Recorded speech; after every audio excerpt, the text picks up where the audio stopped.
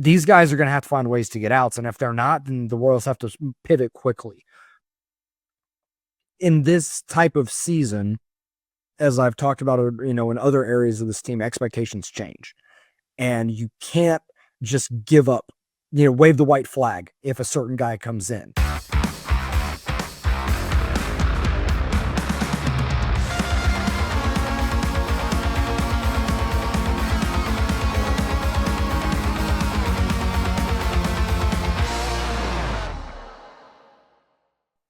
One Royal Way back at it here on Kansas City Sports Network. I'm Joel Penfield. Thank y'all so much for tuning in. Be sure you are subscribed. If you're watching this on YouTube, hit that notification bell so you know when the videos go up. If you're on the audio side, make sure you are subscribed. You can do the same thing for Apple Podcasts and on Spotify. Hit those notification bells, when our shows go up Monday, Wednesday, Friday, the rest of the season.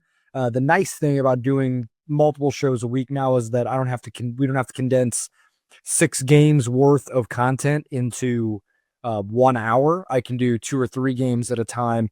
Royals win on Saturday. They lose on Sunday. They lose 2 of 3 to the Cleveland Guardians first weekend of the season.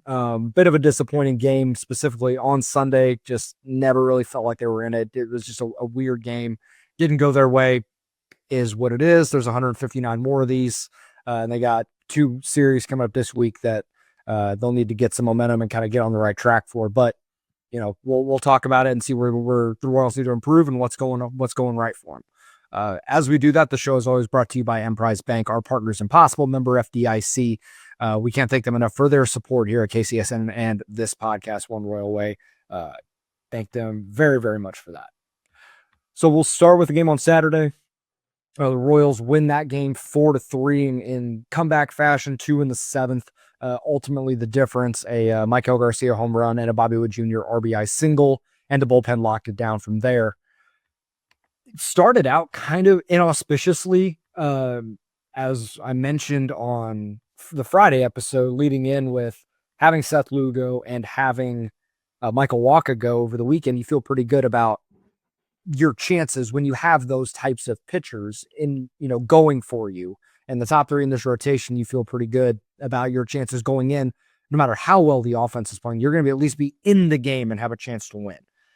And Seth Lugo, it was a very uncharacteristic start for him from what we saw from last year. Battled his command pretty significantly. He was spraying the ball all over the place. Nothing really looked right from the very beginning. Battled into the 5th. He had the line for the game was 5 innings, 3 earned. Give up a home run to Stephen Kwan, which is pretty rare. He walked 3 and struck out 4. So the walk number was odd. The strikeout number is about what he did last year. He wasn't a huge strikeout guy. It's a lot more pitch to contact stuff. But when you have a team that doesn't have a lot of swing and miss and doesn't strike out a lot and fouls and spoils a lot of pitches in the corners and the shadow of the zone that normally are either swing and miss or, take looking strikeouts or looking type pitches, it's kind of a styles make fights thing. It's similar to what we saw with Michael Wacha today, a guy that relies on a lot of movement and contact. It's just not a ideal matchup for those guys. But to Lugo's credit, he battled the entire, for those 5 innings to get the Royals to the 5th, only down a couple. Was a huge deal for it to be at that point it was 3-1. It could have been a lot worse given that it was a very C+ type game from Lugo. The biggest part of this game was the bullpen came up huge for this team. Daniel Lynch gives you 2 innings, really solid, efficient work, only threw 23 pitches, no strikeouts or walks, but didn't give up a ton of hard contact.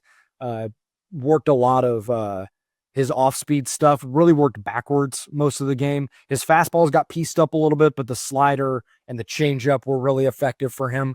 And that's probably how as his stuff continues to evolve and as his role continues to evolve, we'll see a lot of that from him. Lucas Erceg was great in his inning, gave up an infield hit, but then no damage after that. And then Carlos Estevez, after a leadoff walk, ends up getting a strikeout at the end of the game, 96. And the best part for him is seeing that fastball velocity continue to tick up. It was in the low 90s, 92, 93 at the end of spring. His first outing on Friday, it was 93, 94, hit a 95. And then in this game, it was 94, 95, and hit a 96. So we're continuing to see that increase, which is a sign that he's healthy and continuing to get better, get back to the guy that he was the last couple of seasons. If he's able to get that fastball 97, 98, 99, touch 100, which is what he's been for most of his career, then it's a really good sign for the bullpen. And velocity is not everything, but increasing that margin for error is huge, and that's why velocity matters in a lot of instances. And again, Ursig doesn't close out the game, but he gives you the eighth inning in a key spot. So we're seeing the bullpen kind of evolve a little bit, and the guys that they trust were a huge part of the reason why the Royals were able to stay in that game, where the offense really struggled. It was not the best performance overall, but for the bullpen to keep you in it like that as your offense starts to try and get going, and it's no coincidence they're able to get that done in the seventh inning. Paul Sewald comes in, and Michael works an at-bat, fouls off some pitches, and he gets a hanging slider, pulls it in the air, hooks it, and it got out in a hurry, hit off the foul pole, and tied it. And that was a huge moment in this game, and I know a lot's been made of what you're going to get out of Michael Garcia.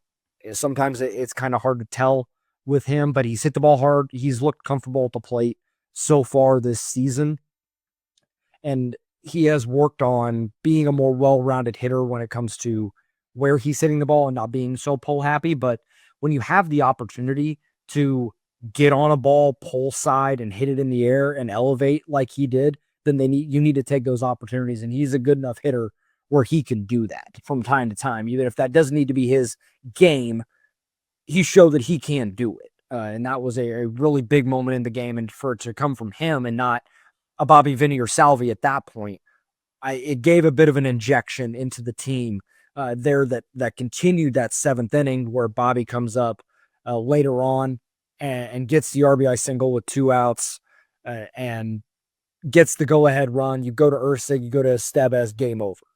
It felt like the formula that we saw from this team last year, which is just scratch enough across, put enough pressure on teams late in games, let one of your guys come through, and then the bullpen lock it down. We saw that at the end of last season, and we're seeing that again this year, and they're able to get their first win in a game where I really don't think they played that great overall, but still managed to get a win. And those are the moments that this team is going to continue to need. The other thing from this game that we saw the proof of was Jonathan India's the leadoff hitter. 2 for 2 in his first 2 at-bats, 2 singles. He worked a walk, really good plate appearance. I think it was 8 or 9 pitches. It might have been even more than that. Worked a walk after a kind of a weird game where he got some good pitches to hit, and he put a good charge into a couple, and it didn't quite work out. We saw it again in this game, and it sets the table. And when Jonathan India is able to do that, it leads off the entire offense. I think he can be a spark plug for this team. And even when in his 0 for 5 on Thursday, I thought he put together some good plate appearances. He wasn't overly aggressive. He wasn't pressing the issue. He was taking pitches and working and trying to find an opportunity and put some good swings that were unlucky. You stay with that process, that's going to work out, and that happened on the Saturday game, and that was really nice to see from him. Bobby coming through in that spot, obviously huge. He has not had his best start to the season when you think about what you expect from Bobby Witt Jr. A 1 for 4 with an RBI, 1 for 5 with 3 strikeouts on Thursday. It's a slow start, but it's such a small sample. Bobby's not going to be that guy the whole year. We know that. He had the first couple of games for him were not fantastic last year either. I think he had a really good game in the Sunday game against the Twins last year, if I recall, but that was after the first couple of games. I'd imagine he's going to get it rolling here soon and be the Bobby that we've all seen. But for him to come through in that moment after he had a couple opportunities in the game on Thursday that he didn't come through in and struck out, to come through in that spot against, I believe it was Hunter Gaddis, was a really big moment for this team. Just their guy being their guy that they absolutely need. It's a huge piece for the Royals in 25. They're going to go to the places that they feel they can go. Talk about the game on Sunday that did not go their way, and where we're going to head after this, and then we'll talk a little bit about the series with the Milwaukee Brewers coming up right after this. Looking for tickets for your next event? Tickets for Less is your number one source. Save big on every purchase when you use promo code KCSN at ticketsforless.com. Success in real estate takes more than vision. It takes the right financial partner. When someone takes something rundown and turns it into something great, that's called a comeback story. Like Brain Group. They take distressed properties here in KC, completely rework them, and then turn them into valuable real estate. But that kind of work needs the right bank behind it. Enter Emprise Bank. They're not about cookie-cutter loans. They saw Brain Group's vision, backed them, and now they're making big moves in Kansas City real estate. Talk about your partner impossible. Emprise doesn't do one-size-fits-all financing. They invest in potential and back growth. Visit emprisebank.com/KC to learn more. Emprise Bank, member FDIC, equal housing lender. Sure to hit that like button and subscribe button on all platforms, and we appreciate your guys' support as we start this 2025 season. Moving on to Sunday, Royals lose 6-2. And that score is not necessarily indicative of how that game went. It was 6-0. They scratch a couple across in the 8th. And they have bases loaded, no outs, and only got really one out of it. It is not ideal in any way. Now, Tanner Bybee, to his credit, was fantastic today. Was supposed to be the opening day starter, got sick, had to wait until Sunday, and you can tell like he had a little extra edge to him. Not being able to get the opening day start that he earned. And he took it out on the Royals, and he pitched really well. Felt like maybe they had a beat on him early. Only 4 guys go to the plate in the first inning, but they make him throw 20 pitches. You think maybe they'll have a chance to, get his pitch count up, get him out early. And he only throws 84 pitches, and he gets into the 6th inning. It goes 5 2/3. Only struck out 2, walked 2. But didn't give up a ton of hard contact. And when the ball was hit in the air, it was popped up. There was outside of the Vinny triple in the first inning, which, yes, Vinny Pasquantino did hit a triple. There wasn't anything that threatened the Guardians for any sort of score. Hunter Renfroe hit a double, but it was a double because Stephen Kwan lost it in the sun. Right? And it fell between him and Lane Thomas. That was it. And the Royals didn't get another hit until I think it was the 6th or 7th inning when Michael Garcia came up and got one. And that was it. They only had 5 hits on the day. No one had a multi-hit game. It was a poor performance. And it's not one that you can have and continue to have. On the pitching side, Michael Wacha, I thought he pitched well. I know that the box score isn't going to show that, obviously. The pitch count was up in the upper 80s. He only got into the 4th inning. He had a pretty quick first, and the 2nd inning just drug on. Only gave up 1, but they made him throw about 30, I think it was 32 or 33 pitches. Bo Naylor had a 12-pitch at bat. It's just this Cleveland lineup is pesky and annoying, and they don't swing and miss. They don't strike out a lot, and they foul off everything. At one point in the game, it was I didn't count after. I believe it was in the 7th, and Brian Lefebvre mentioned how many foul balls the Guardians had. To that point, they had fouled off 29 pitches. And that's an unbelievable number. That's a credit to their lineup and those guys to be able to be that type of hitter. I mean, credit to them. That's really impressive in the modern game to be able to do that. And I wish the Royals would do more of that. But they're a little more of an aggressive team. It's just the way that their roster is constructed. It's the way those dudes operate.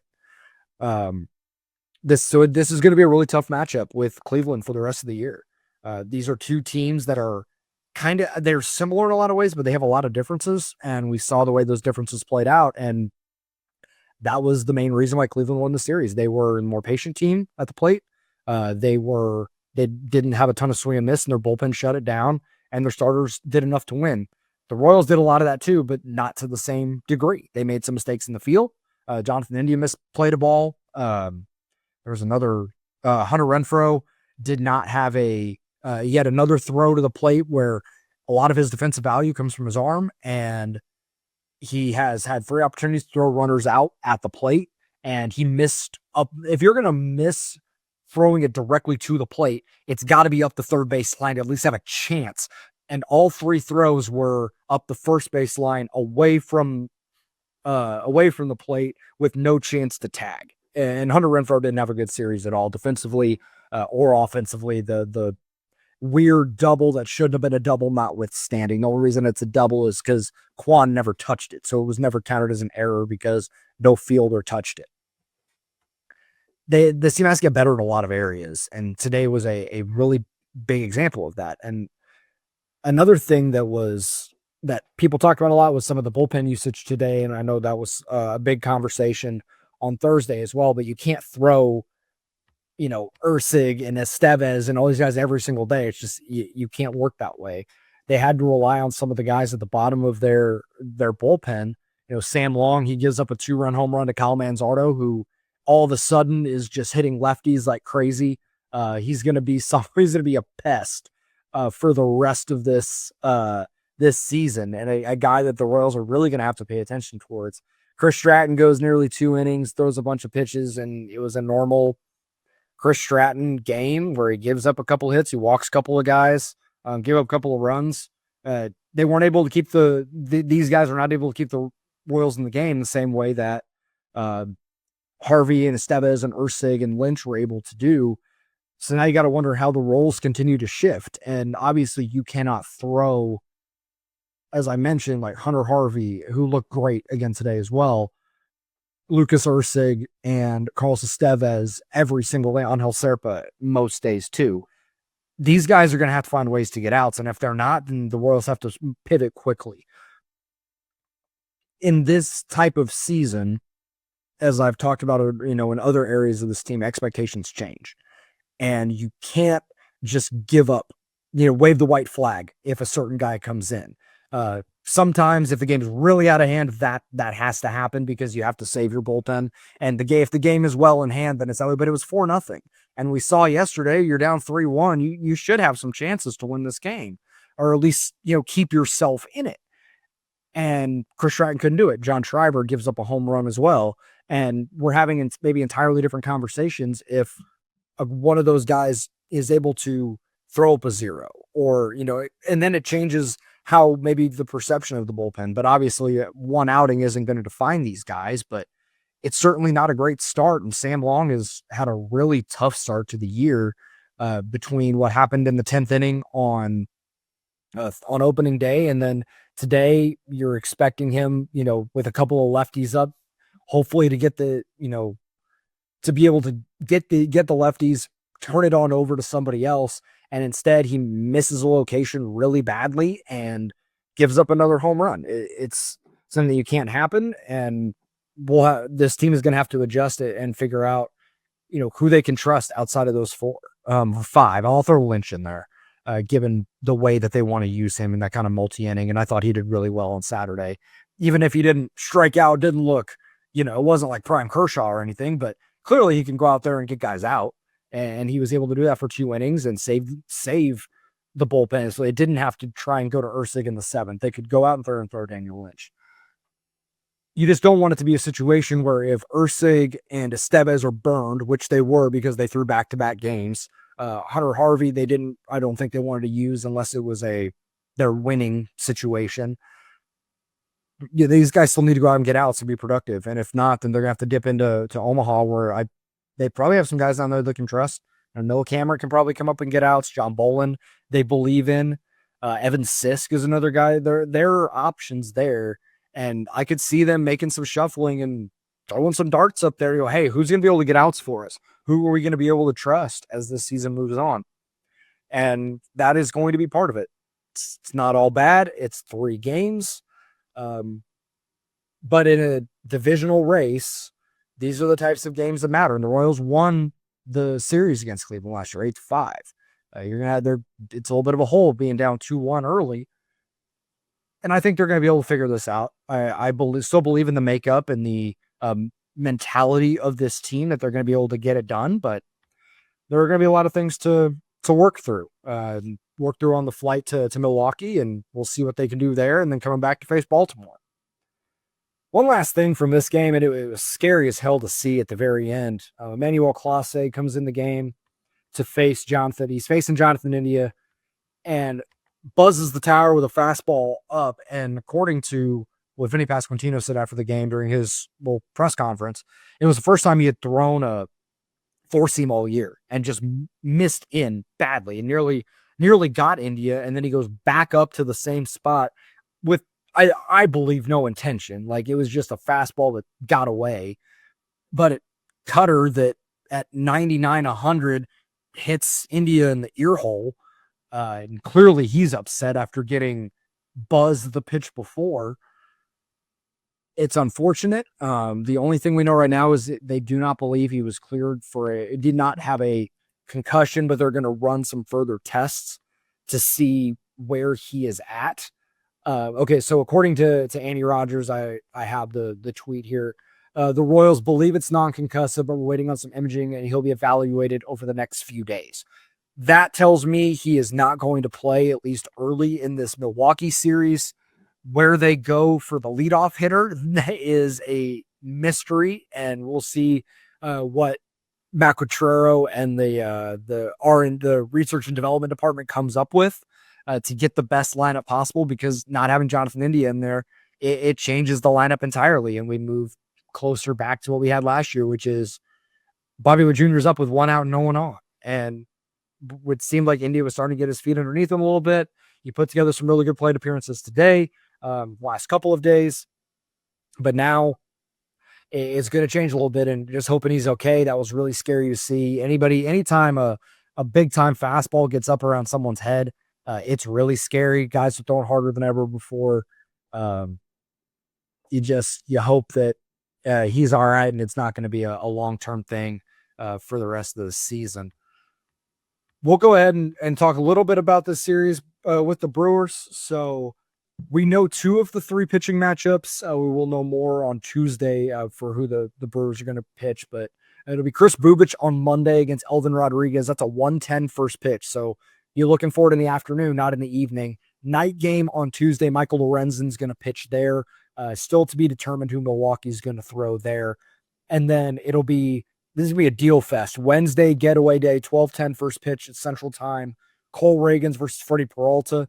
That one's going to be really fun. If you like high-level pitching, that's going to be one to watch. I'm excited for that one. Freddie Peralta, when he's on, his stuff is nasty. That's going to be a real tough series.